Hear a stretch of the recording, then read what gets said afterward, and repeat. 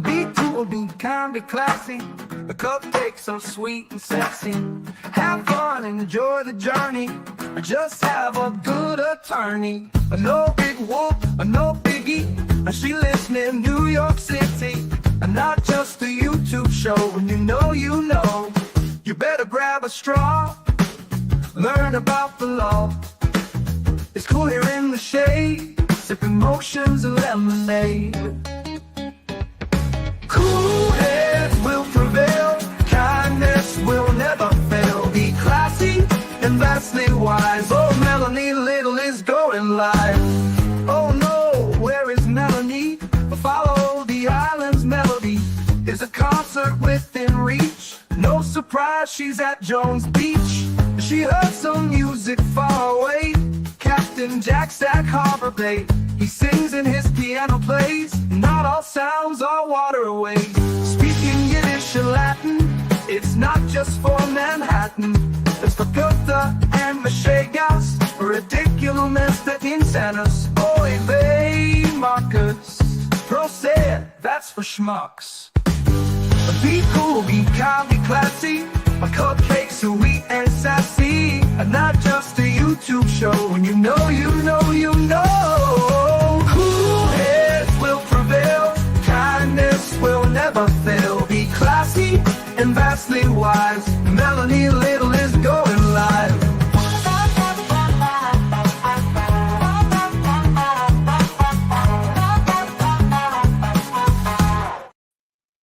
Hello, my friends. Hello. Today is Monday, November 11th, 2024, and I thank you so much for coming to join me today and spending part of your day with me. I know there are plenty of places where you can get your YouTube coverage. I'm honored that you chose to come and hang out with me for a little bit, at least today. Today is Veterans Day here in the United States, and on behalf of myself and all of you and my family, I just want to thank each and every one of you for your service, because our great country would not be what it is today without you, our veterans. And today we honor you. Today we also have a verdict in the Richard Allen case out of Delphi, Indiana. And unless you've been not following any sort of news, you've already seen it. But we're going to look at it together. I thought you guys would want to come on, debrief with me, discuss your thoughts, talk, vent, celebrate, whatever it is that you're feeling right now. Ali Mata from Defense Diaries asked me to go on with her for the verdict live, which I did, and I put a community post up. So hopefully some of you were able to come over there and join us. And we were both kind of speechless. We were both kind of speechless when the verdict came in. We're like, huh? So I'm here for you. I'm here to hear what you guys have to say, what you guys want to talk about it. For those of you who did not hear yet, the jury has found Richard Allen guilty on all 4 counts. Guilty on all 4 counts, a jury of 12 in Delphi, Indiana, which is Carroll County, but they were bussed in from another county about 2 hours away.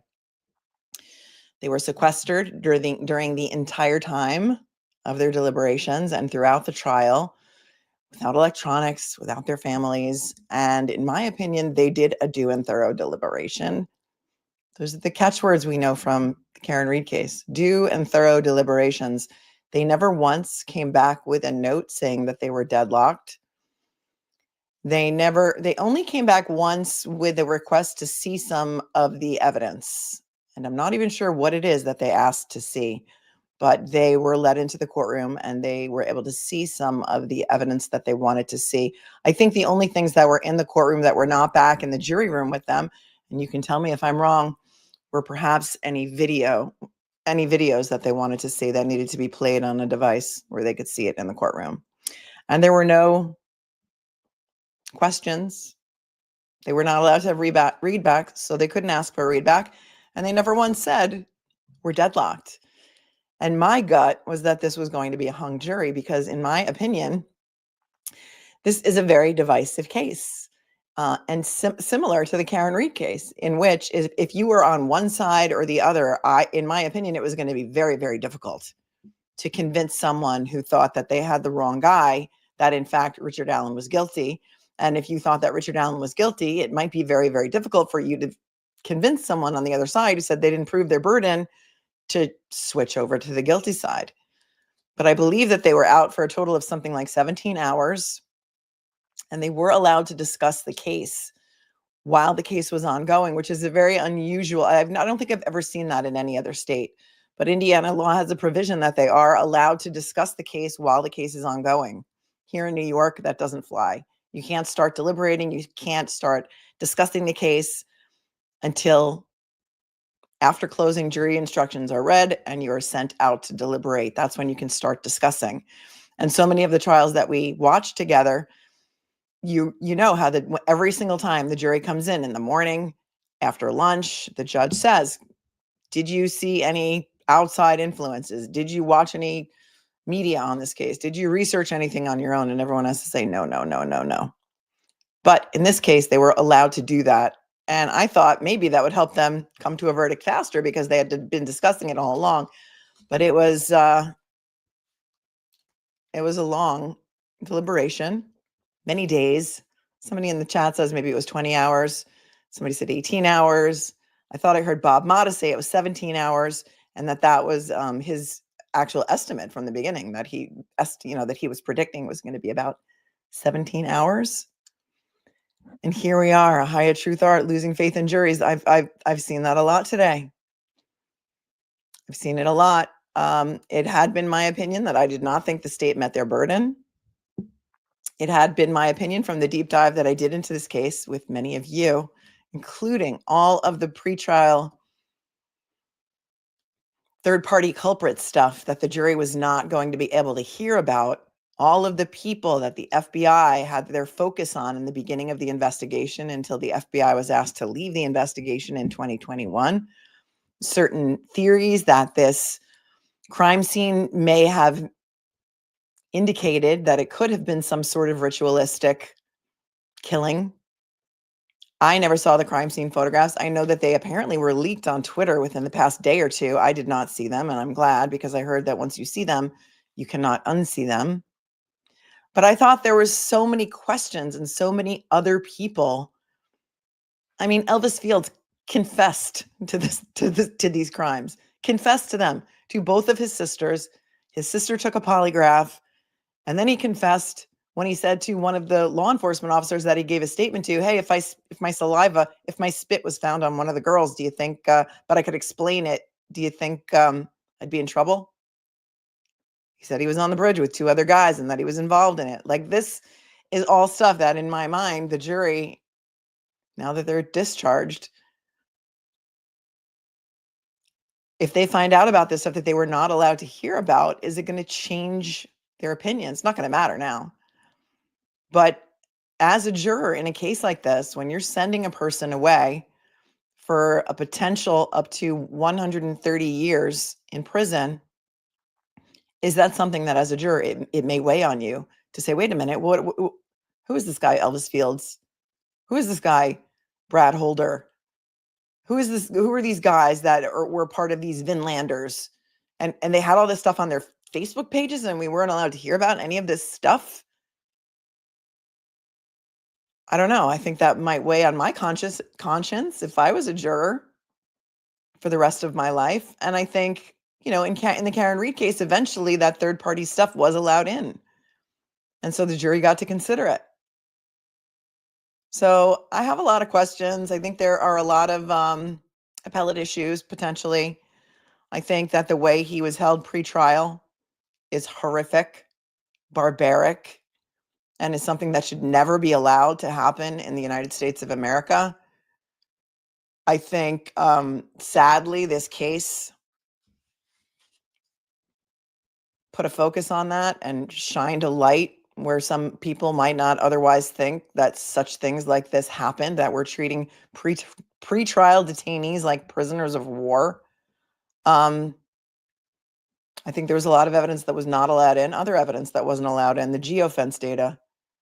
Apparently, according to Sleuthy Goosey, who is one of the best on the internet, the geofence data was not allowed in by the judge, and it would have shown 3 other cell phones in the area of the bodies at what the state said were the time of the murders, and Richard Allen's was not one of them. Nobody None of the witnesses that were called to the stand ever pointed him out and said, that's the guy, that's Bridge guy. You can correct me if I'm wrong, but the sketches were never allowed in. Those two sketches, in my opinion, looked like two completely different people. None of the witnesses ever said it was a short guy. Because if I was going to describe a man who was 5'4", that would certainly be in my description. He was a little guy. He was like little pudgy, 5'4". He was convicted on his holiday remembrance day, says Leisha Henderson.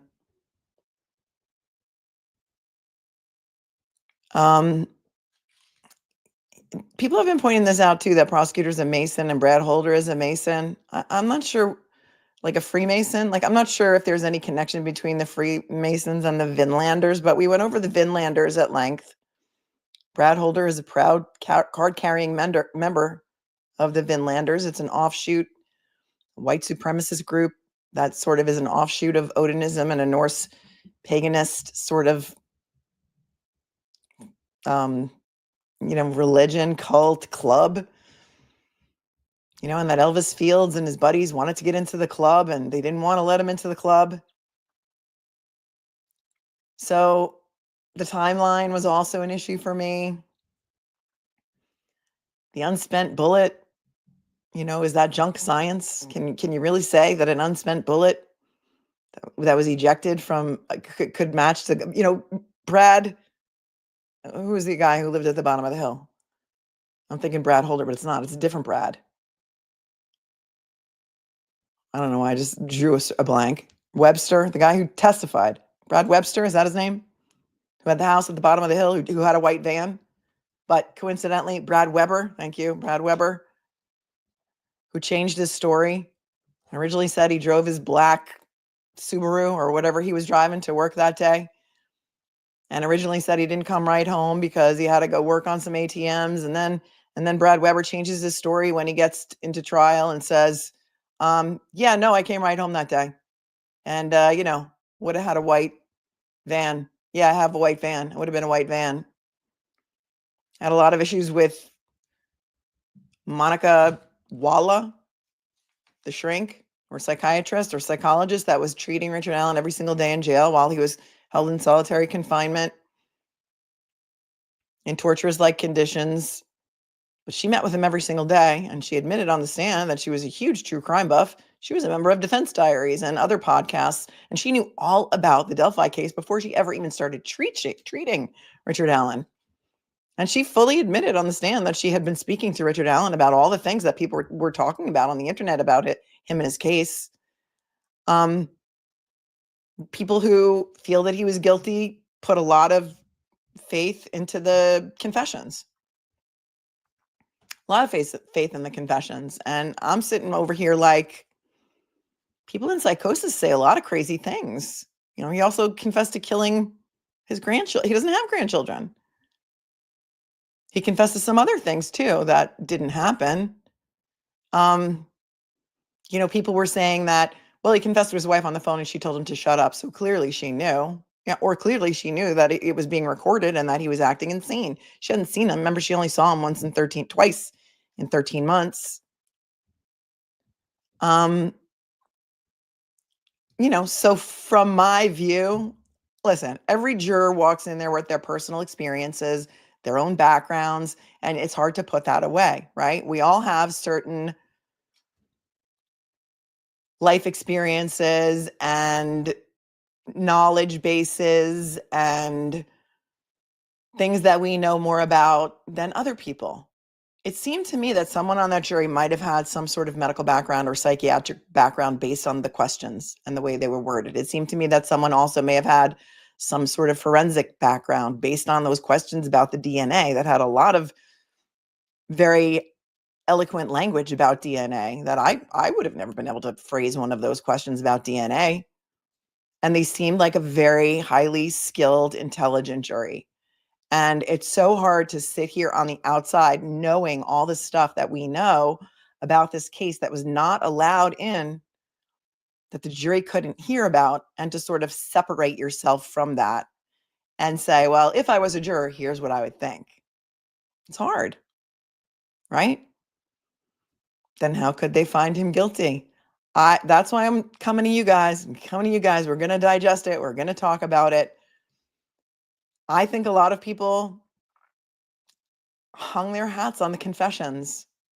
And to me, I'm thinking, okay, he was in psychosis. And you know, there's some question about that letter that he wrote to the warden about what the actual date of that letter was, because some people say, you know, it was dated apparently March 5th. Who wrote the date on there? You know, when was is it an accurate date? But even so, if he went in there in October, even if he wrote that letter in the beginning of March, that's 5 months under those hellhole conditions. And we didn't even get to see the videos. We didn't get to see the videos of the conditions that he was held in. But I heard Andrea and I heard Bob and I heard Lee describing the jurors' faces when they were watching those videos, the videos that were taken from inside the cell and the videos that were taken from him being led around the prison on a leash naked. You know, videos of him eating his own feces and smearing it on his own face. And people say, oh, he was just looking for attention. He was just looking for attention. He was just trying to get out of solitary. I don't know, but I would think that that would keep you in solitary more if you were psychotic. I don't know. To me, I saw a lot of reasonable doubt. And to me, it was easy for me and my personal experiences to write off the confessions as a byproduct of psychosis and forced medication, Haldol. Maybe threats, maybe torture, maybe, hey, just tell us you did it and we won't kill your wife and daughter. How about that? There was actual evidence that the guards that were guarding him actually did have Odinist patches on their uniforms. And a lot of people want to brush that off like, oh, that's ridiculous. Anybody who thinks that is a complete moron. Like that, this has nothing to do with Odinism. This is, listen, I come from New York. I don't know any Odinists. It's not something that's prevalent here, but I've listened to you guys and those of you who live in or around Indiana and Illinois, and you tell me that it is very prevalent there, very prevalent, and that it's scary. And I'm not saying that Odinists sacrifice young girls. I'm not saying that at all. This is an offshoot. This is something different.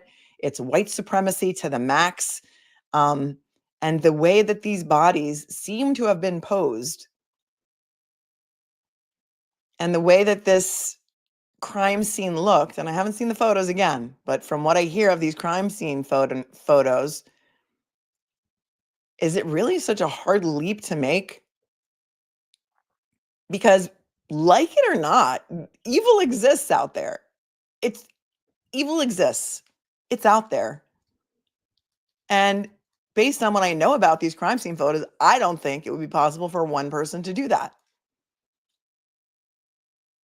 The dressing, the undressing, the going through the creek, especially within that timeline. What was the timeline?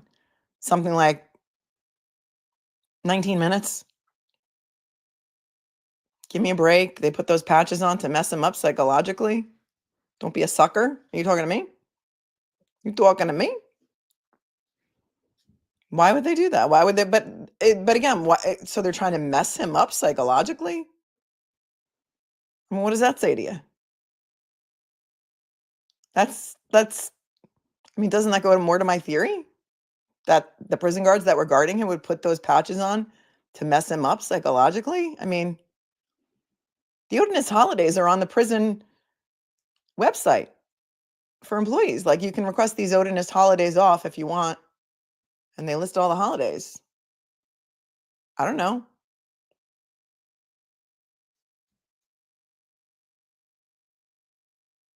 But a lot of people don't want to believe that evil really exists out there and that there are groups of people who do horrific things like this. It could be. And the jury didn't hear about it. And if it is such crap and if it is so ridiculous, then why not let them hear it and let them disregard it, right?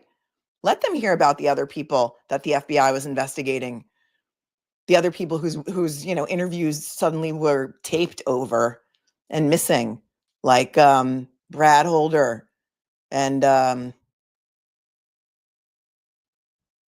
other people who were Patrick Westfeld, the other people who were initially investigated and quickly ruled out as suspects. Let's give Court TV just a little listen as they read the verdict. This is Barbara McDonald. She's been there the entire time with Andrew Burkhart, lawyer Lee, Bob Mata, boots on the ground in the courthouse every day. Only 14 members of the public were allowed in today, and I heard lawyer Lee say she was shocked that she was able to get in. I don't know if Andrea was able to get in because I haven't seen a tweet from her. I know that Bob was because he had a seat with the family with Kathy Allen, and there are some heartbreaking photos of Bob Mata walking out of the courthouse holding Kathy Allen. But let's listen to Barbara McDonald. This was live when the verdict was read outside the courtroom because, as you know, there were no cameras allowed in the courtrooms. So here we go. All right, folks, get ready. We're about to deliver you the verdict in the Delphi murders case. Barbara McDonald, Court TV senior producer, on the ground, was inside for everything. Barbara, we've been waiting for this moment. Please deliver the verdict. Guilty on all 4 counts, unanimous by this jury. The defense did ask to have the jury polled. They all affirmed that that was, in fact, their verdict. Guilty of 4 counts of murder, 2 counts of felony murder against Abigail Williams and Liberty German, 2 counts of intentional murder against Abby and Libby. Sentencing will happen on the 20th of December. The judge is setting aside all day. I can tell you when we got into the courtroom about 10 minutes till 2, it was somber.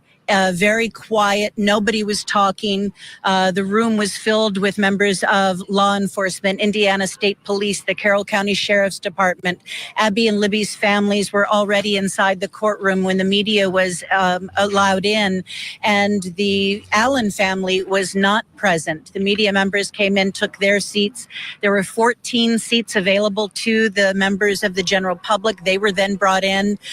Bradley Rosie and Jennifer Auger from the defense team were not in the courtroom. Richard Allen was. He was standing at the beginning talking with his defense attorney, Andrew Baldwin. The judge came in just after 2 o'clock and asked where Mr. Baldwin, or rather where Mr. Rosie and Jennifer Auger were. And the judge entered at 2:11, according to my notes. And Andrew Baldwin told the judge that they were waiting for Kathy Allen and members of Richard Allen's family to arrive. The judge said, so despite my directive to be less than 10 minutes away, she said, the jury has reached a verdict. When can we expect them? Andrew Baldwin replied they were on their way up. They entered the room at about 2:14. At 2:15, the jury, or rather 2:19, the jury entered. You could not tell from the looks on their faces. They did not make eye contact with Richard Allen or either family members of the victims, Abby and Libby, or Richard Allen's family. They came in, they sat down, they looked weary.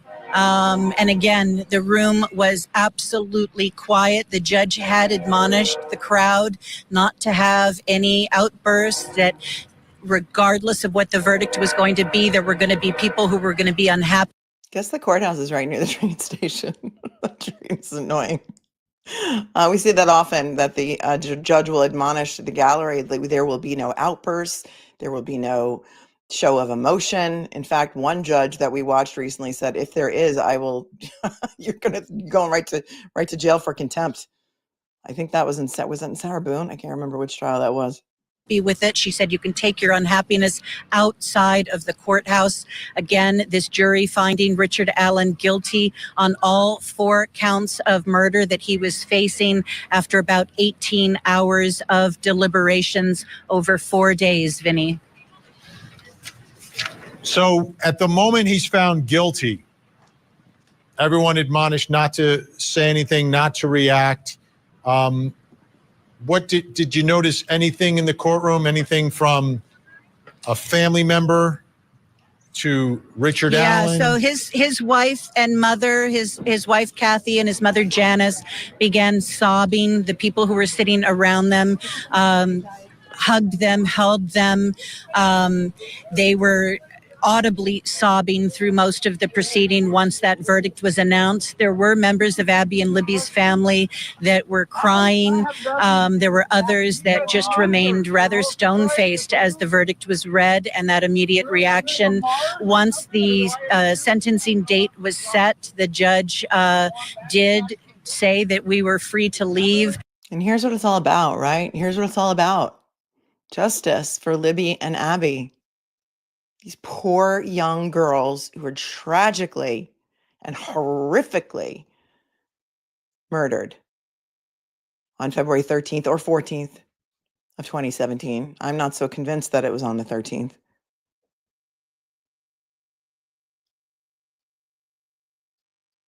Is this justice for Abby and Libby?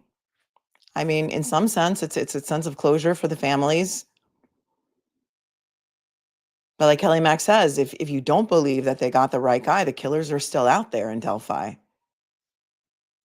It's a really difficult case. The gag order, you're right, the gag order has not been lifted. So none of the attorneys are allowed to speak to the media until after the sentencing, which is currently set for December 20th, which is understandable. They have to do a pre-sentence investigation. Going to get victim impact statements and other things together. So nobody's allowed to speak to the media until after the sentencing.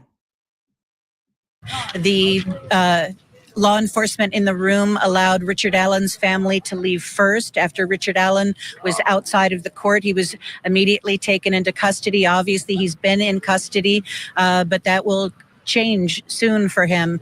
Then the Allen family was allowed to leave, as were members of Abby and Libby's families. Some of their family members stayed to give hugs to members of the prosecution team, to Superintendent Doug Carter of the Indiana State Police and Lieutenant Jerry Holman of the Indiana State Police, as well as the prosecutor Nicholas McClelland, Stacy Diener, James Luttrell. A bit of a celebration in court, although they weren't being very loud with that celebration. I was on the opposite side of the room, but there were a lot of hugs going around, a lot of pats on the back. The prosecution, though, remained somber looking throughout this entire proceeding today. And again, you know, it was just very, very quiet in the courtroom. It was really the first time that I've been in the courtroom with all of these people, and you could hear a pin drop. A lot of reaction outside. I came out of the courthouse. I was one of the pool reporters today, so I did have my sign for the members of the media who were not in. And as people began to see this and realize what the verdict was, there was a lot of cheering, a lot of screaming for Abby and Libby, a lot of clapping. A lot of people are very happy with this verdict. Of course, not everyone is. Richard Allen's family appearing to be quite surprised by this verdict. The judge did also mention that the county, Carroll County, is not able to do that pre-sentencing report for Richard Allen. She had already talked to people from her county who are willing to do that. The defense did waive the 30-day sentencing, which is typical. I wonder why Carroll County can't do the pre-sentencing report. Here in Indiana for sentencing to happen in December. Again, it'll be December 20th. They think they only need one day for that. And the judge has set aside the entire day. That is a Friday, December 20th. We'll be back here in Indiana to find out just how many years he's facing. Right now, he could be sentenced to 130 years or more. Vinny? Barbara, Ted Rowland's with us for our verdict. Okay, we don't need to see any of these people, because we're here to talk about it ourselves. But you're right, it was Carly Gregg. It was Dewey K. Arthur in Mississippi who said, if anybody makes a peep when we read this verdict, there's going to be trouble. Somebody said if we scroll back, we can see Andrea leaving the court. Look how many people were outside the courthouse, the media. Andrea had been saying, because Andrea and Lee and Lauren all had to remain in line and have line sitters watch their chairs for them overnight. By the end of this trial, they were just more media was coming in, and they were just line jumping, and it was kind of like the Hunger Games of the line. So you can see how much media showed up. And somebody sent me some screenshots. I'll take this down, say goodbye to Court TV. Somebody sent me some screenshots of Bob. Let me pull those up for you.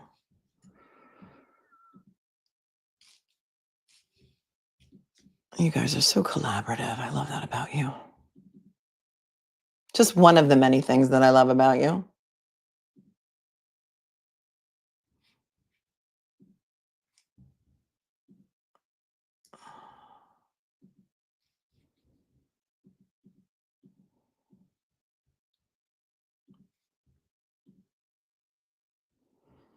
Here's a picture of Bob Mata walking out of the courthouse with Kathy Allen.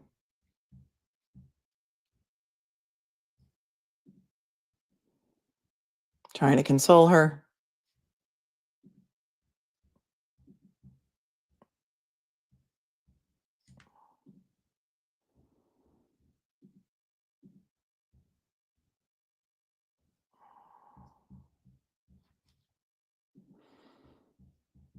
Thought I had two more. Hang on.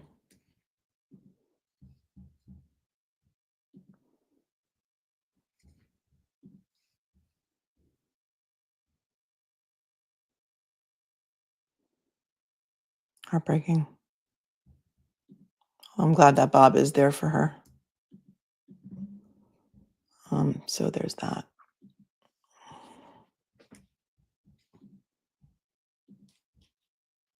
And here's one last shot.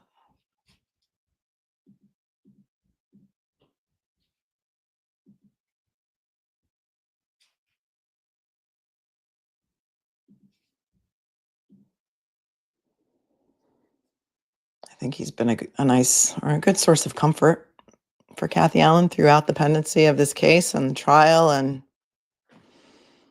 Bob's a great guy. Bob and Allie both. I'm sure she'll be happy to have her husband home. It's been many, many weeks. Many, many weeks. Cheyenne Brown, thanks for the 5. First crime in his life, double child murder, small time frame, absolutely no DNA. I feel sick today, and it doesn't feel like justice in my heart. Yes. Ed Wallace, our friend Ed Wallace, said something the other day about the forensics. Just because they didn't find his DNA doesn't mean it wasn't there. And I'll say the same thing about Elvis Fields. Just because they didn't find Elvis Fields' DNA doesn't mean it wasn't there. Thank you, Cheyenne. Jinxie, thanks for the 5. What happened to the Kagan Klein connection to Libby that day? Wasn't allowed in. It wasn't allowed in. Classic overthinker. Is it true that RA had 19 minutes to cross the river and unalive the girls, etc.? I believe that's the timeline. You guys in the chat can correct me. I think it's 19 minutes. Exactly. Why wasn't Elvis Field? If everyone is so quick to believe Richard Allen's confessions, why was nobody so quick to believe Elvis Field's confessions? And he confessed to 3 people, both of his sisters, one of whom took a polygraph and passed it. He even offered her his jacket. And she's like, no, that's okay. I have a jacket. Like, he wanted to get rid of his jacket.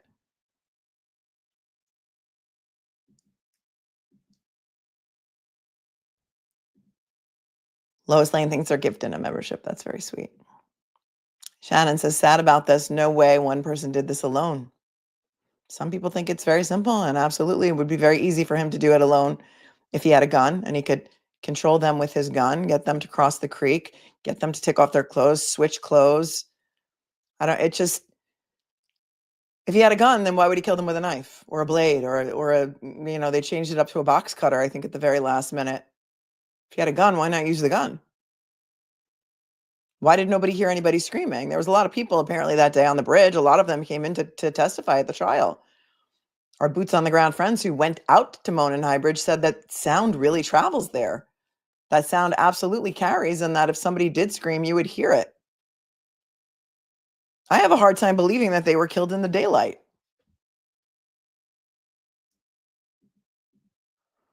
JP Eagles, I'm conflicted because of the confessions. Some of them, he should have been found not guilty because of all the doubt, but not convinced that he's innocent. Fair enough.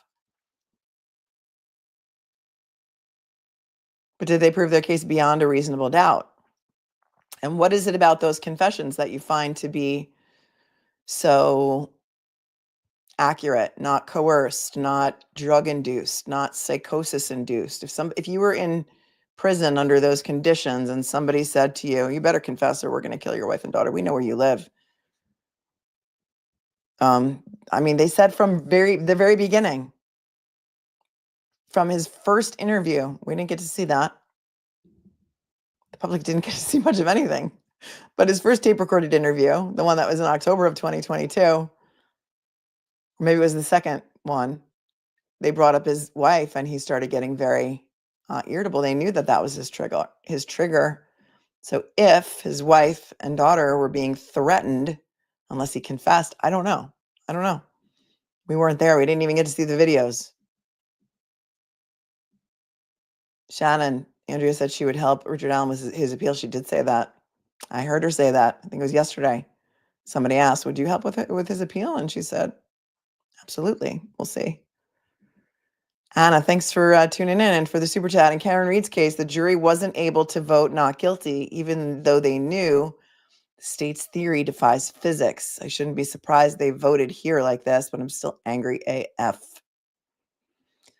In the Karen Reed case, they were specifically instructed by the judge, do not fill out any of the verdict sheets until you have reached a unanimous decision on all of the counts.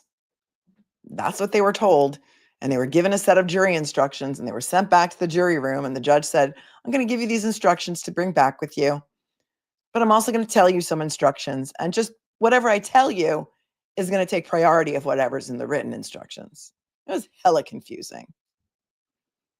And that appeal is still outstanding. Thank you so much for the super chat.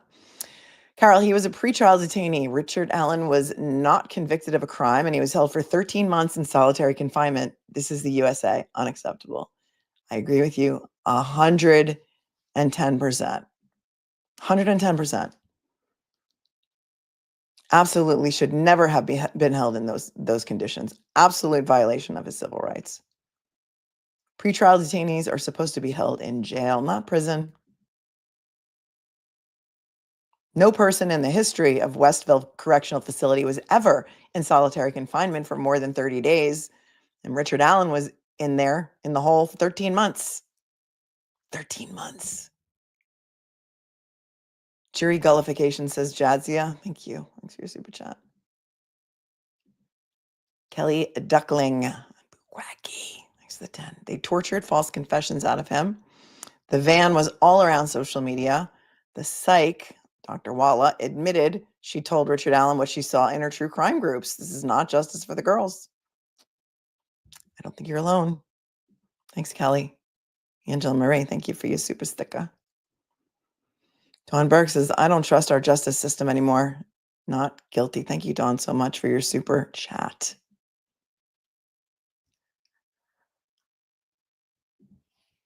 Teresa McD, I'd be very upset if I were on the jury finding all this out.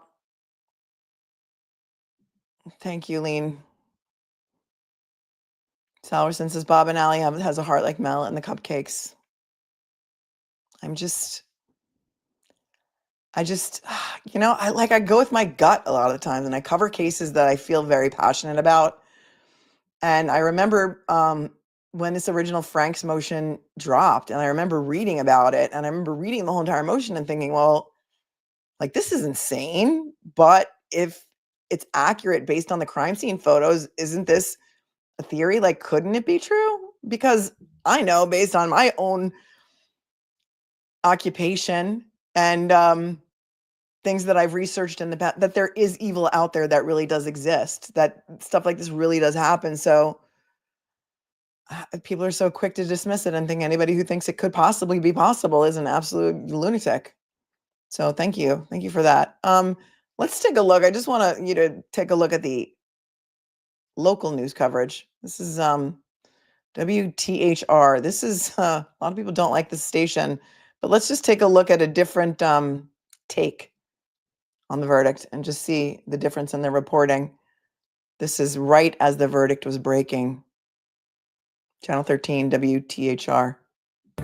And good afternoon, everybody. Thank you so much for joining us. I'm Scott Swan in the Channel 13 studios.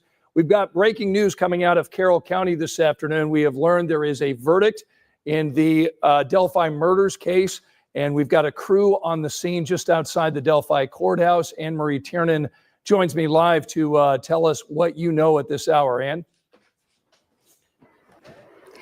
Scott, Bob just stepped outside of the court. Verdict was read. We're told it took less than 2 minutes. Bob, explain the scene, everything you've learned. So, and it was, 2 minutes. Guilty, guilty, guilty, and guilty. All 4 counts against Richard Allen. Jurors came back. Obviously, it must be unanimous. The judge asked the defense team if they wanted to pull the jurors. The defense team did. So we got to hear every one of the jurors say. Aaron, wasn't it these two, I don't know if these two are attorneys, but these two reporters were covering the case every single night, and they did like a show that was like, I don't know, some nights it was up to an hour long. I did watch some of their coverage. Are they attorneys, or are you talking about different attorneys they had on? That indeed was their verdict. Again, guilty on felony murder of Abby Williams, guilty felony murder of Libby German, guilty murder of knowingly or intentionally killing Abby, and guilty murder knowingly or intentionally killing Libby. Richard Allen sat emotionless. He did not show any emotion during the verdict as it was read. The defense counsel, specifically Andrew Baldwin, was sitting right next to him. He had his arm around Richard Allen at that time. He was rubbing the back of his head. The judge made it very clear that she wanted everyone to remain respectful, no outbursts in the courtroom, and there were not. But the families of Abby and Libby certainly were overcome with emotion. Becky Patty, that's Libby's grandmother, she was clutching her husband Mike's arm. And when the verdict came in, right in the front row, Indiana State Police. It's not us, it's their sound. Stephanie's saying they were actually very non-biased during trial. You know what? I'm conflating these reporters with another reporter, the one who kicked Ali Mata out of the well one day when she was trying to look at the evidence, and then, ratted her out to Judge Gull. I believe that was a print reporter for the Indy Star, I think. It was not this female reporter, correct? Police Superintendent Doug Carter, he put his hands, he put his head down into his hands. He began crying. Again, it took less than 2 minutes for the main part of all of this to play out. And at the end of it, the judge thanked the jurors for their service. She thanked the attorneys for what she said was a well-argued case on both sides. Richard Allen was led away in handcuffs. And at that point, after he left the room, after the judge left the room, after the jurors left the room, that's when we really saw the emotion. That's when we saw, again, Indiana State Police Superintendent Doug Carter. He reached back and he held on tightly to Libby's grandmother's hand.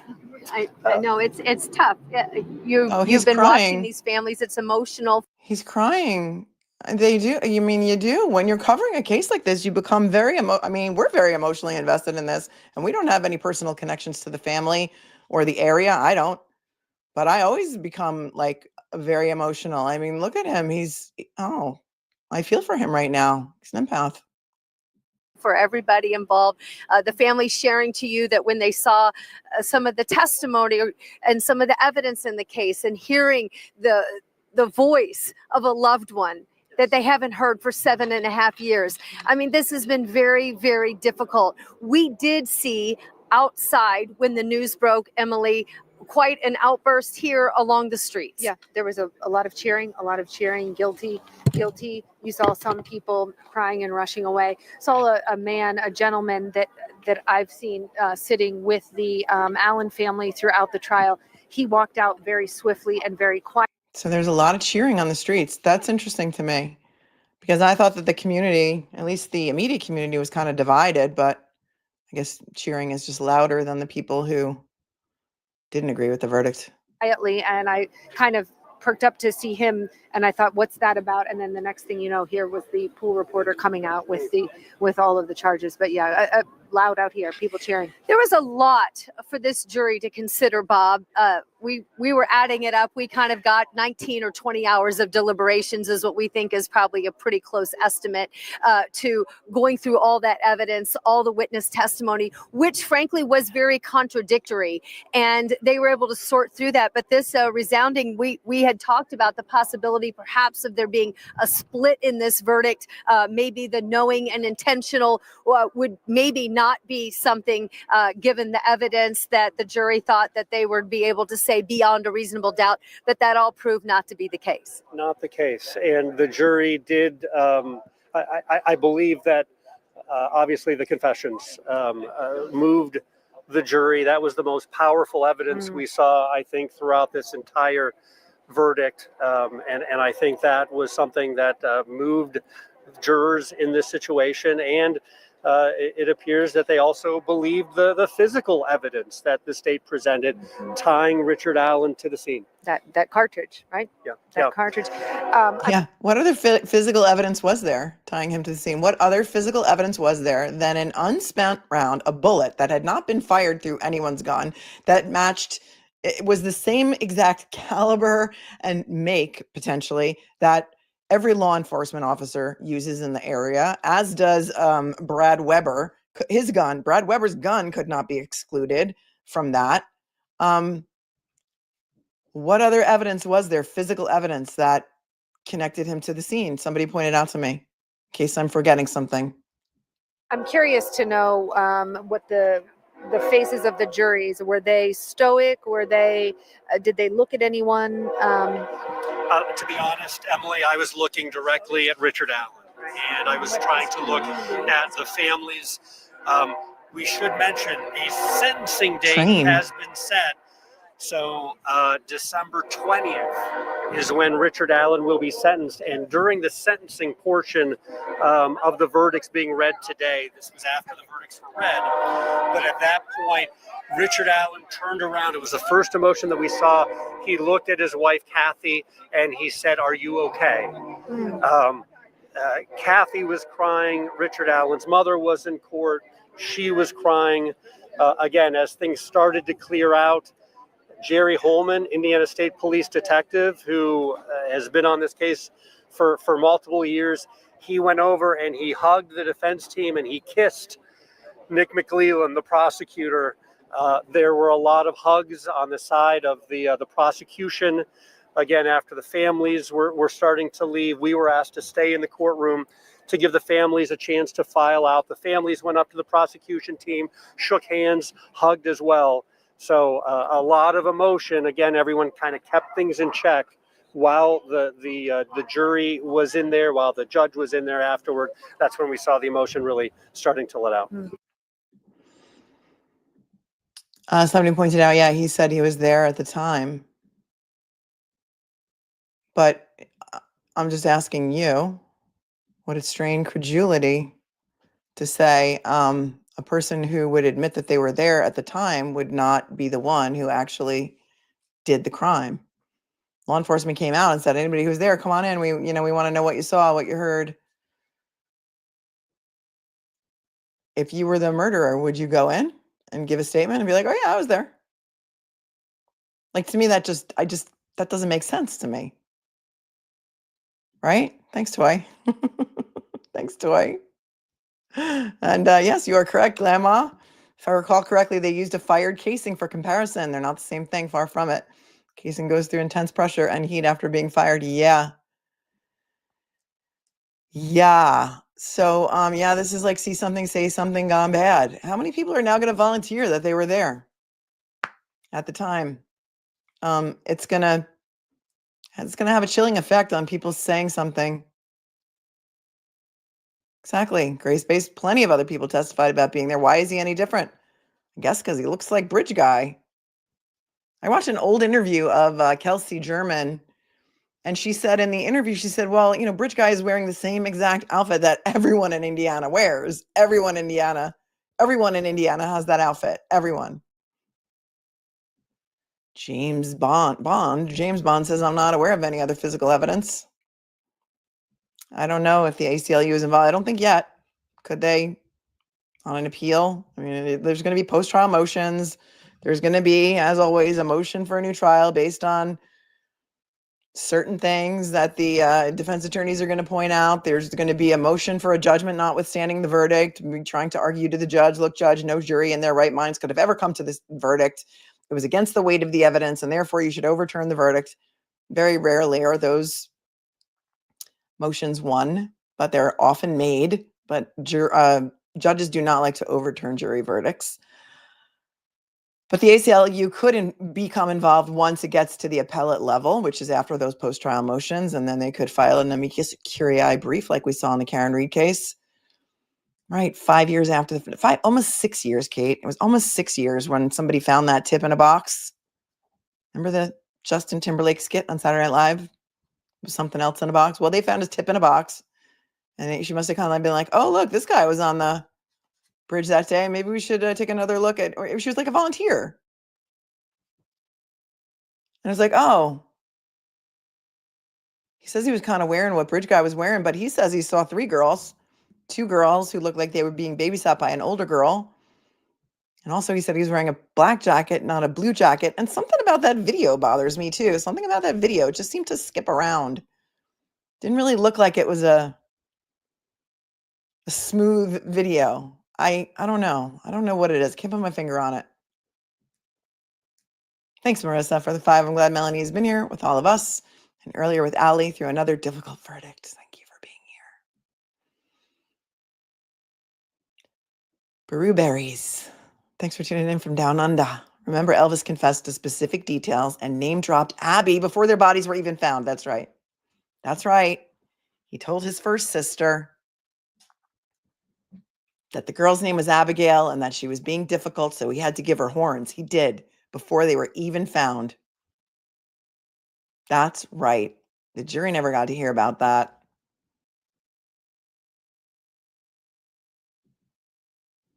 Red Riding Hood, thanks for the deuce. Jury instructions are not always layman friendly. Rarely are they layman friendly. I would go even further than that. They're confusing. They're difficult to understand. I agree with you. Lisa Louise, thanks for becoming a new member. Welcome. J Beans, thanks for the 10. I'm not sure the jury will feel different after the info that they're going to maybe find out on the internet. Some have all the info and still feel that Richard Allen is guilty. I don't know. I think they were probably weeded out during jury selection, that they didn't know a lot about the case or anything about the case. And to deal with the thought of getting it wrong could lead to denial. I'm so sad for the girls, not justice. Thank you, J Beans, for your super chat. Heidi Babcock says, this is the biggest case in the state of Indiana. I live in central Illinois, and they wanted the case closed. No truth and transparency, no public scrutiny. By the way, it's on every channel right now. It's interesting because where were they during the trial? Remember also, he was arrested right before an election, right before the sheriff's election. It was a hotly contested election, right? For the sheriff. It was in October of 2022. The election would have been right November, early November. Della says, well, if this teaches anyone anything, police and DAs like to solve cases only. Call an attorney for anything, any case where you are asked to contribute. My 2 cents. Yeah. Don't ever speak to law enforcement without an attorney. Don't ever do it. People think it shows consciousness of guilt. I think it shows you're smart. Wicked smart. Be wicked smart.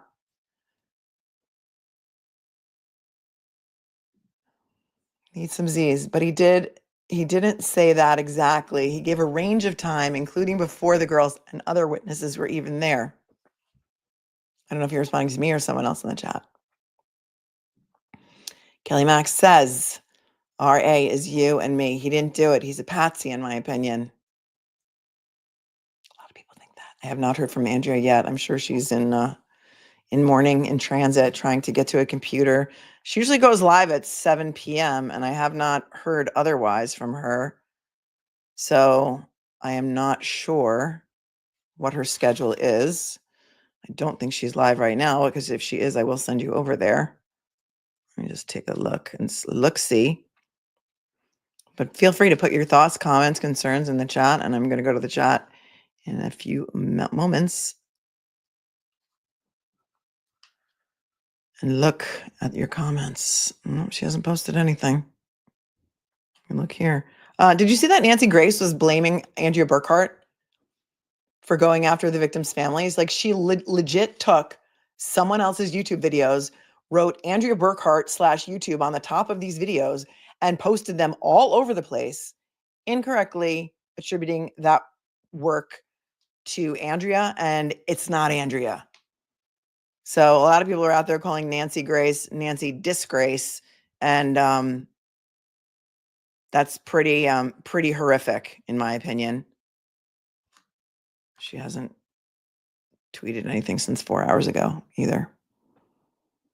So I don't know if any of you saw that about Nancy Grace, but that was really gross. And Andrea called her out on Twitter. She did it 3 times. Yeah, 3 times. Nice, right? Yep. Yes, she did.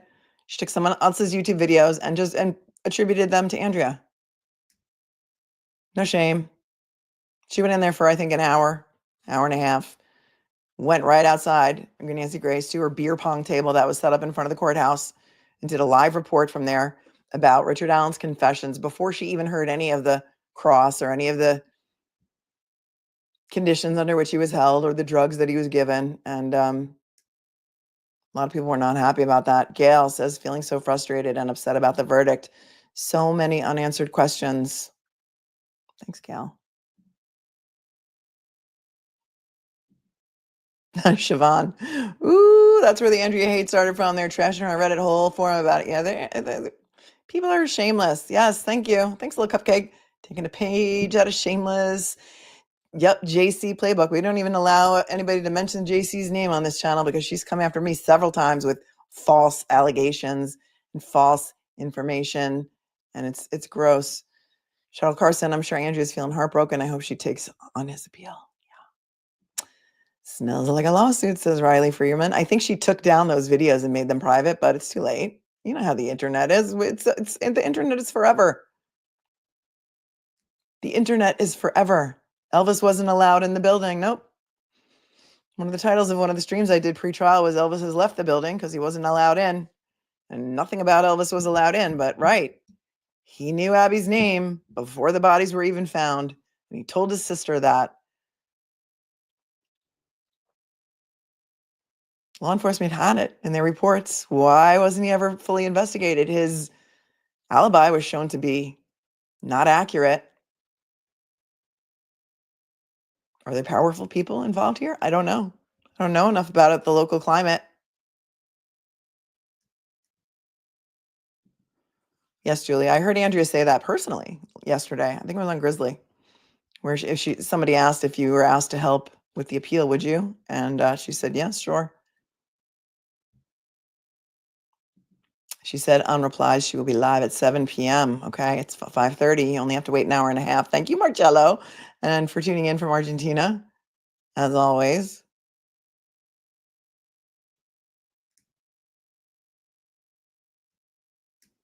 Jojo says, I've lost respect for a lot of people during this case. This case and others. I mean, people just they just default, I guess, to personal attacks against other people. Like, why can't we just have a difference of opinion? Why is it because I think that Karen Reed did not hit John O'Keefe with her car and that a car did not hit John O'Keefe, that people feel like they have the right to publicly come after me and my family because, in my opinion, the injuries don't line up with a car accident? It's insanity. It's insanity. And that's what they do.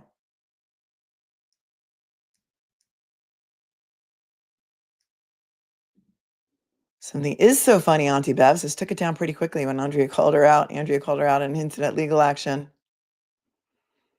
Yeah, there's a lot of jealousy out there. I don't get it. It's not a competition. You know, there's a lot of law tubers out there. There's a lot of people reporting on true crime. And you guys follow a lot of us. And you're going to, if you like me, you're going to watch me, and then you're going to watch someone else, and then you're going to watch someone else. It's not a competition. There's room for everyone. I don't get it. It doesn't have to be a competition. I don't know why so many people treat it that way. We each have our individual personalities and our individual strengths. And trust me, there's a lot of people out there that hate me. And I'm okay with that. I'm not a cupcake. Like that sign says, you can't make everyone happy. You're not a cupcake. I'm not. But I'm also not going to sit here and be a neutral channel. And some people like neutral channels.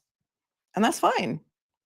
And some people like to watch videos with a robotic voice or an AI voice narrating them, and that's fine too. But I'm here to give you my opinions, and I'm going to tell you how I feel, and I'm not going to lie to you. And I'm not going to pretend that I don't feel a certain way when I do. And if people don't like that, they don't need to watch me. And I'm okay with that, really. Trust me, I'm old enough to be fine with that. It's totally fine. It was like a beer pong table. Did you see it? It was like that table that the kids play beer pong on that you get from Costco that you unfold. Oh, thanks, Higher Truth Art, for loving it here. Thank you. Thank you, Donna. I love that I keep it clean too. And it's also because my moderators are amazing and they know what I tolerate and not tolerate. And look, it's not because people are like, oh, she's so, she's so puritanical. No, it's just because I know my audience, and my audience appreciates that I don't drop the F-bomb every third word because they like to listen with their kids in the room. Sometimes their kids watch with them. Sometimes their 95-year-old mothers watch with them, and they like to watch it in a place where every third word is not foul. And it's not, I'm not saying I don't speak that way occasionally in real life, but it's just rules that I have. And, look, I've been shadow banned before by YouTube because they have AI programs that scan the chat and scan the comments. And if there's certain words in there, they will shadow ban you. And it's not about the ad revenue. It's about people not getting this information because it's not going to come up in their search. And it's not going to land on their For You page. It's not going to be suggested because of some ridiculous AI program like my first streams on Daniel Penny were, which, by the way, if you're not following the Daniel Penny trial, you should be. It's in New York. It's a Marine who, in my opinion, is a hero who saved some people on a subway train one day. But very tragically, the homeless man who was schizophrenic and on synthetic drugs like K2 and Spice, who was threatening to kill people on the train, when this young Marine put him in a sleeper hold and let go, and the first responders came and he was still alive, he tragically died, and he's on trial for manslaughter right now in New York City. If you're not up on that case, please. It's a case that needs more attention because nobody is going to step up to try and protect other people in New York City subway cars and other places throughout the country if they run the risk of being prosecuted for manslaughter. Queen Morgana, where is Elvis Fields, who placed him at the crime scene? Placed himself at the crime scene, right? The FBI needs to reopen this case. We need profilers who understand and know about serial killers. My heart goes out to the families. Yeah. How many of you are fans of stuff like Criminal Minds? Where are those guys? Where's Hotch? Where's Hotch and Emily when you need them? And Penelope Garcia. Where's Penelope Garcia? Summer's really worried for Karen Reed. How's she ever going to get a fair trial? We'll see what happens, Summer. I don't know. Kathleen loves so many creators and spends a lot of time with many. Yeah. It's like we're all friends here. It's like coming here and hanging around with a bunch of friends. You all make friends in the chat. You're friends with each other. You're very supportive of each other. Let me get a sip. And it's a community. It's a community that I'm building here. And I'm not going to tolerate the people who want to come in here and muck up the community. They get a ticket to Block Island, and that's where they go. And we don't need it. We don't need the negativity. We don't need the hatred. There's too much of it out in the real world. Can't we have our own little bubble here where we get along and we disagree respectfully? Iceman thought exactly that. Criminal Minds humans need to help solve these cases. I know. Where's Matthew Gray Goobler? There's a new series, a new season that I haven't watched yet. Thank you, Brandon. Says Melanie, I have to go with my gut feeling that the jury got it right. Even if you go through all this, I feel bad for the girls. Thank you. If that's your gut feeling, that's what a lot of people go with, their gut. And I can't imagine what was going on. We'll never know what was going on inside the jury room and what they were arguing about and what they were trying to convince each other of. And we will never know because they don't have to talk about it. They're not supposed to talk about the inner workings of what went on in there, but I'm curious to know. Kim Baker, how hard would it be to get them to come in, the FBI? Well, the FBI was involved in the early stages of this investigation, and then they were kicked off in 2021. So I don't know. I don't know what's going on behind the scenes. A lot of times if the FBI is involved, we don't really know about it until they announce something. Graphics Nut is agreeing with me and says he wouldn't have offered to help if he did it. That's what I'm saying. That's what I'm saying. Jenny 33, it's like everything in the case, nothing is clear, and the only thing we can count on is that there's no answers here, right? And none of us were there, unless there are some of you in the chat that were there and do know, none of us were there. So we don't really know. But, we all come with our intuition, we all come with our gut, and we all come with our common sense. And I just don't think that the state met their burden. And that's what this is about. Did they prove their case beyond a reasonable doubt? And to me, the answer is no. And there's a lot of differing opinions, opinions on YouTube and mainstream media.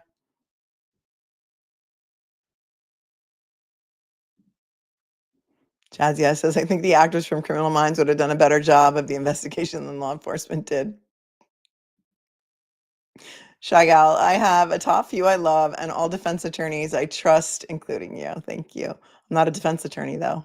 I am, Lindsay says.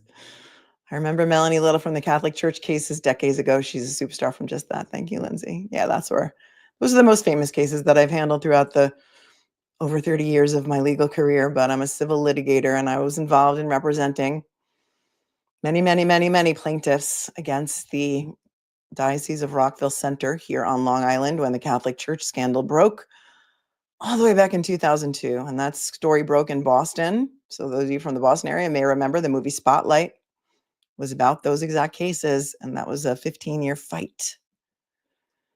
And yes, those were the most newsworthy cases that I handled.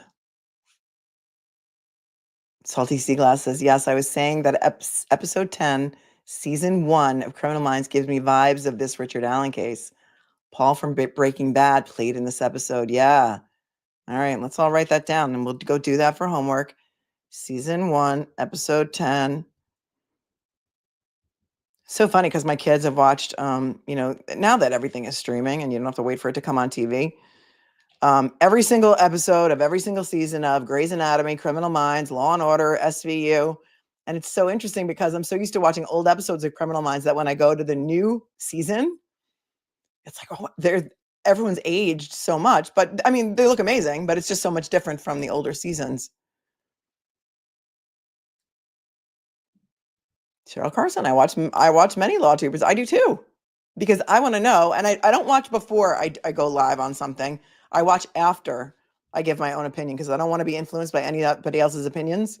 But I'll go back when we cover trials live and I'll remember some crazy thing that happened during the trial. I'll go back. I'll watch Emily Baker. Peter doesn't really do live trials, but I'll watch other people that are covering it to see if they had the same reaction, defense diaries, to the crazy things that I saw happen during the trial.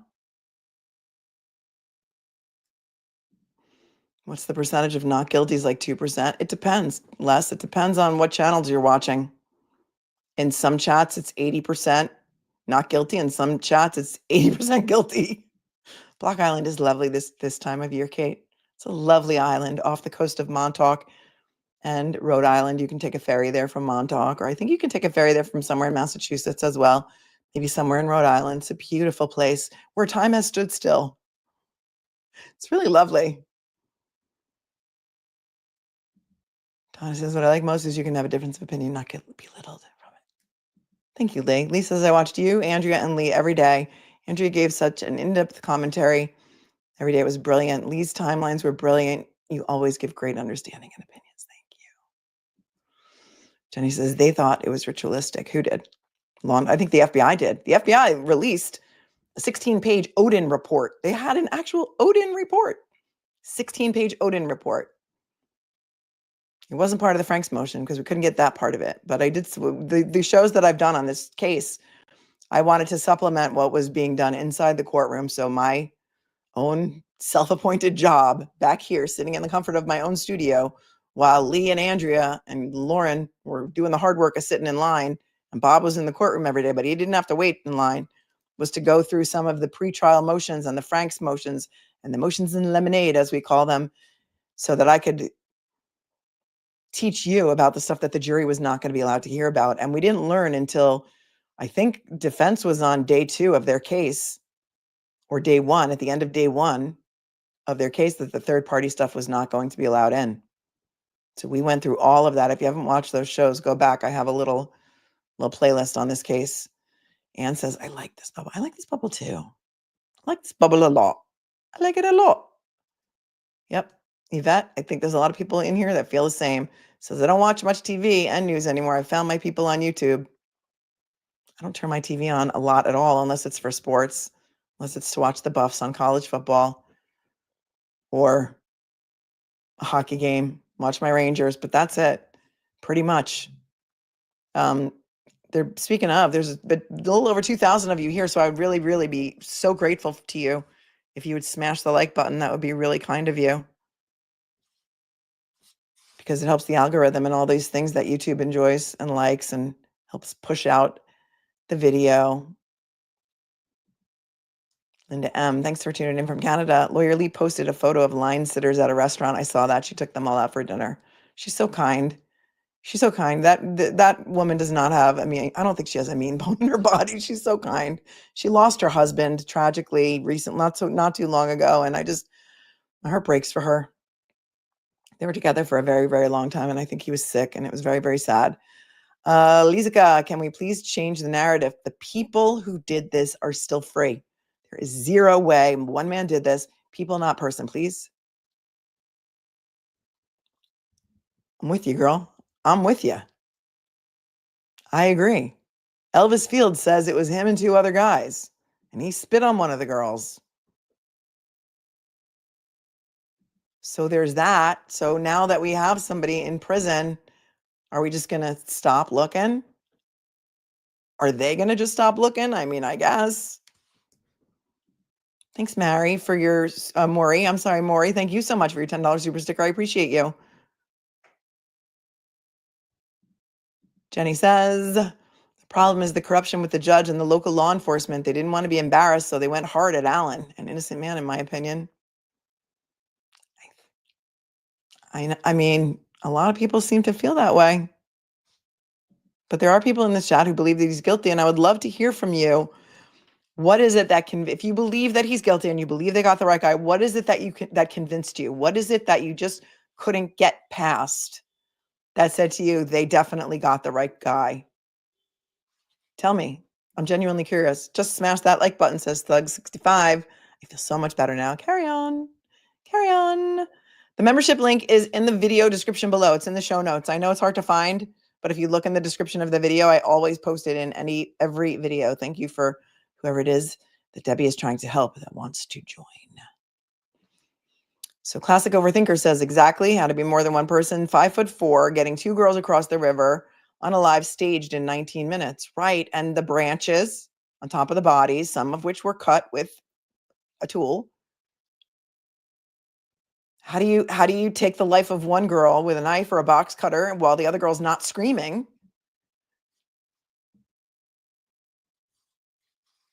I don't know. And then I heard somebody else being like, oh, well, he had a gun. He probably just, used the gun to like threaten them. So they did whatever he said. I mean, I think it was Libby was very feisty. She was a very feisty girl. She wouldn't try and do something. He was the same height that they were. I don't know.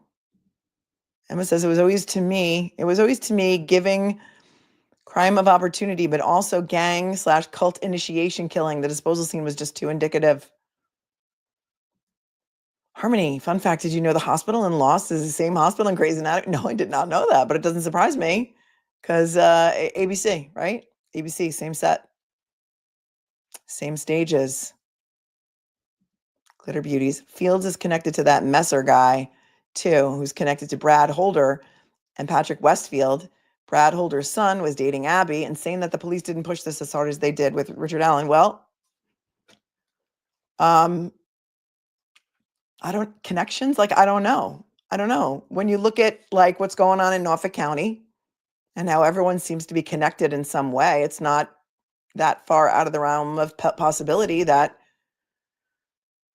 these people could somehow be connected in some way or know each other or have ties, right? Linda says, and maybe that's why the FBI had to leave the case. A lot of pages of the cults, that's what I call it. Yes, you're right. The guilty are still running free, in my opinion, and any other person's opinion. Becky says, Elvis would have been devastating to the state. Yep, he just was not allowed to testify. And Shiloh says, many people just don't believe that false confessions exist. That's right. Estrella, it doesn't make sense if you're the killer to go to the police and let them know that you were there. It doesn't make sense to me either. A lot of people are like, yeah, sometimes, killers go to like the crime scene and they go to the funeral and, well, okay. But do they go down to the police station and make a statement and just give it up that they were there? To me, it doesn't seem likely. Big fan of justice says this case is 100% one for the FBI to look into, but they won't.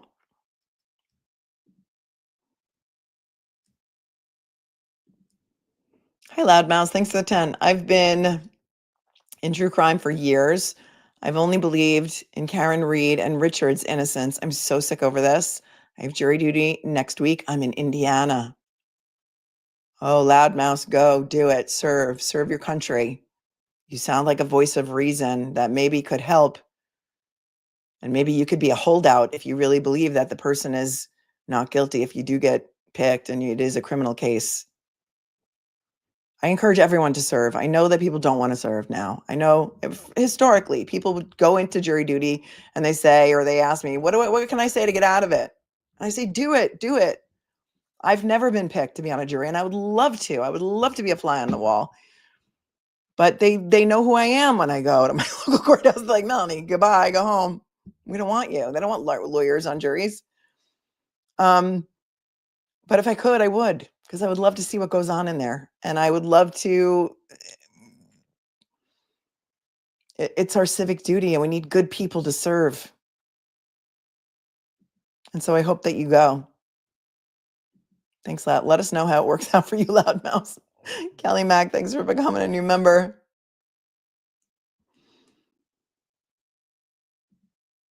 Right. And that's who he saw. 3 girls, not 2. Right. Spicy chicken nuggets. Spicy chicken nuggets are very popular in my house. If they ever do away with spicy chicken nuggets at McDonald's, I think the people in my house are going to have a meltdown. Sue says, listening to the criminal analysts that were in trial every day. Listening to both sides of the argument. Lisa says, OMG, I need to see Runkle's opinion on this badly. Has he been covering it? Has Runkle been covering it?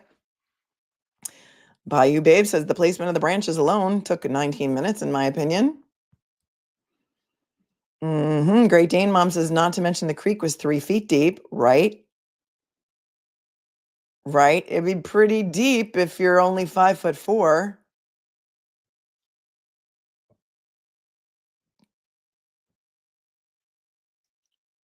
Jason, wouldn't the other girl have tried to run? Or scream? Or fight?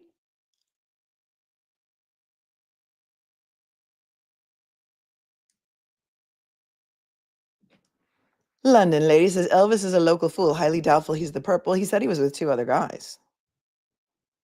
I mean, just like, for example, he wanted to be in the club, right? He wanted to be part of the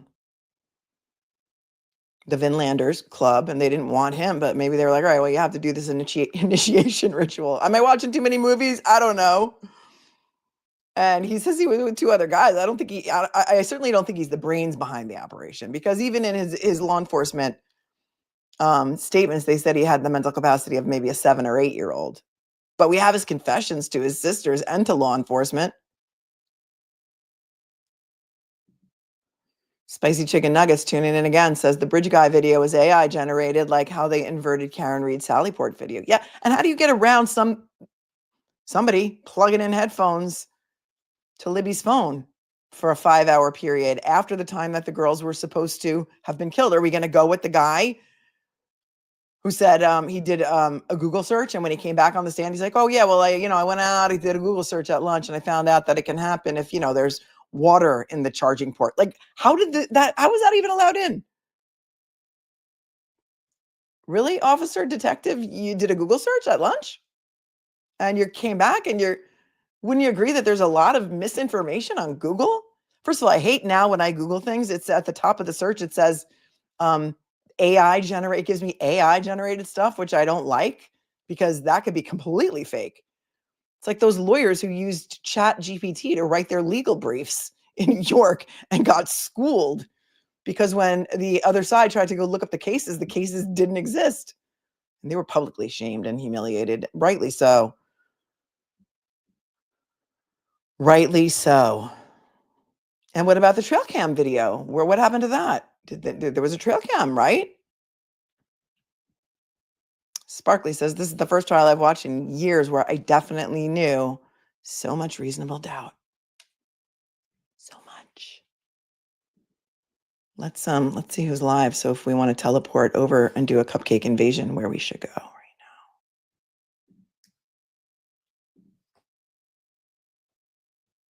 Or we can go over to the thing is that Andrea does not set her stream up in advance, so I can just tell you to go over there for 7. If she says she's going to be on at 7, it's probably the thing to do, because there's other people that are live, but I wouldn't send you there. No, we can't do that. Emma Mack, I mean, how much innocuous evidence was left out because it could have been argued or threatened at the third-party motion? What about the geofencing? Why wasn't that allowed in? The thing about this judge is that there's a lot of things that she ruled on that she did not issue written decisions on. It was just kind of like, no. No. Sunshine Country Chickens, guilty AF. I would love to know, genuinely, like, I'm not being a jerk. Like, what is it about the testimony or anything that came out of trial that makes you feel that he was guilty AF? Was it the confessions? Was it the fact that he put himself at the bridge? Was it the fact that he owned a Carhartt jacket? Like, what is it that makes you think? Literally is going to be live at 7 p.m. too. Andrea, hi Andrea, says Judge Gull is a joke. Bob is going live in 8 minutes. Did he set it up? That would be awesome. Let me see. Hold on.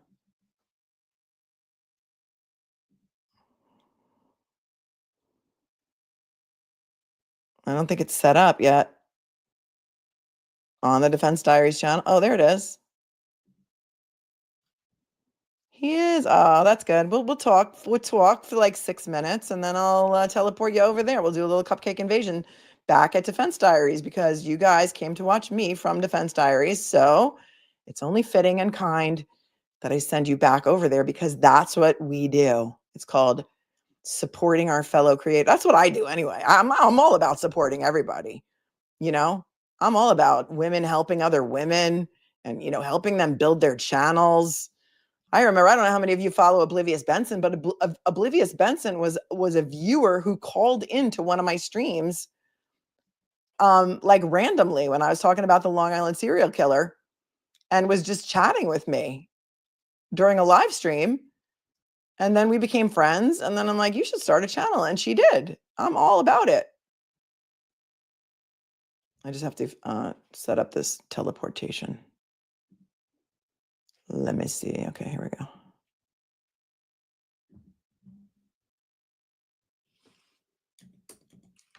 I remember when Aussie Insider first started and we were covering the Karen Reed trial, and she was making these really cool videos, and I reached out. I'm like, can I play one of your videos on my channel? She was like, yeah, sure. And I watched her channel blow up from very few subscribers to very many more subscribers. So that's what we'll do. We'll go off at 6, and I will teleport you over to Defense Diaries so you guys can hear Bob's inner thoughts about his relationship with Kathy Allen, how she handled the verdict, I showed earlier pictures of him consoling Kathy Allen on their walk outside of the courthouse after the verdict. Hopefully she did not like pass out while the verdict was being read. We probably would have heard that. Geofencing is too confusing for the jury. Can you imagine, Grace Bays? It's like, yeah, 3 other phones were in the area where the girls' bodies were found, and none of them were Richard Allen's. Okay, well then whose were they? That's insane. Shiloh, unfortunately, a lot of very unsavory people cosplay the Nordic traditions and use them to excuse psychopathic and or criminal behavior. Correct. I'm not saying that people who believe in Odinism or follow Odinism or any other Norse paganism offshoot are evil, believe in human sacrifice, or in any other way. There are some white supremacist offshoots that are very popular in prisons and in certain parts of the country that use it as an excuse. You are correct. I agree with you. I do not mean to disparage anyone who practices Odinism or is a Wiccan or witchcraft or anything like that. That's not what I'm saying.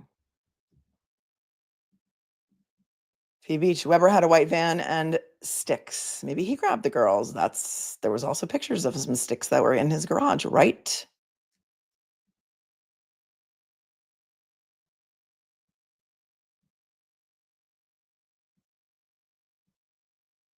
No, I'm not sending you to that guy. Don't worry, Sherry. I'm not sending you there. I'm going to send you to Bob Mata at 6 p.m. Melanie M, another Melanie. We have a lot of Melanies in this chat. I won't allow it. I won't allow it. Yes, I did see that too. Something is so funny, Auntie Bev says, I just read someone claim they heard Kathy say it isn't over on her way out of court. I mean, talk about standing by your man, right? Talk about standing by your man. She's been there for him. And like for the 13 months that he was in solitary, she only was allowed to see him twice. Only allowed to see him twice.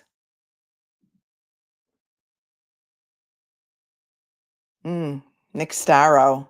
I don't know if you guys follow Nick. Says on Twitter,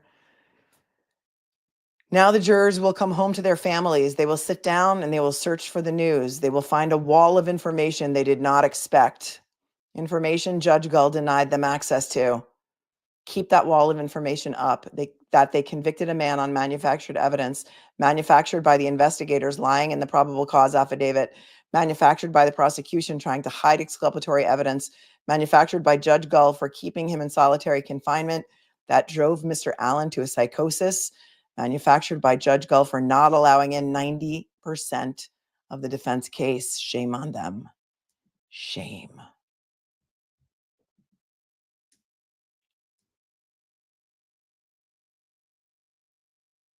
PJ Wolf, I have concerns about Richard Allen. I want justice for the girls.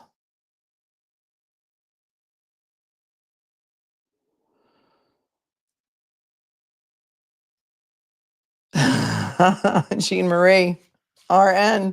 I haven't followed this case at all, so no emotional investment, which makes me realize that I become too invested in other cases, right? It's true.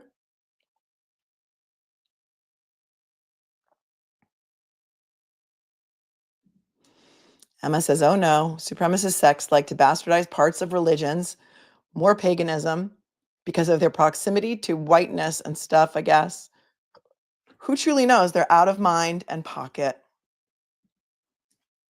Evil does exist out there. I know people don't want to believe it, but it does.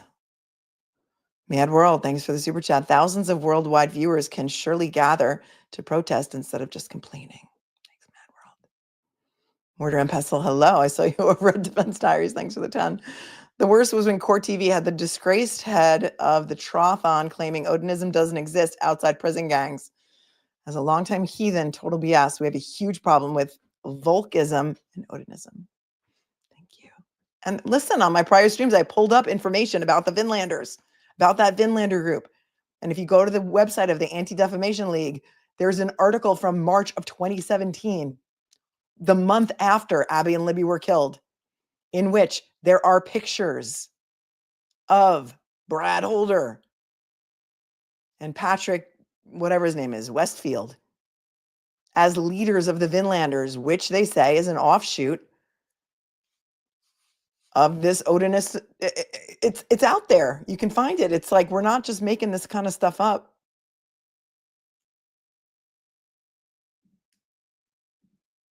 Although people think that we are. I'm coming to you from reading the court documents. That's what I do. I read the court documents, and then I render an opinion based upon my reading of the court documents. That's not bias.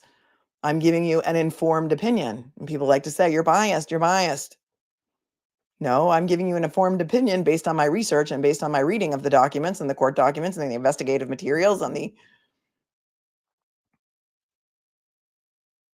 police reports and investigative reports, just like I did on Karen Reed.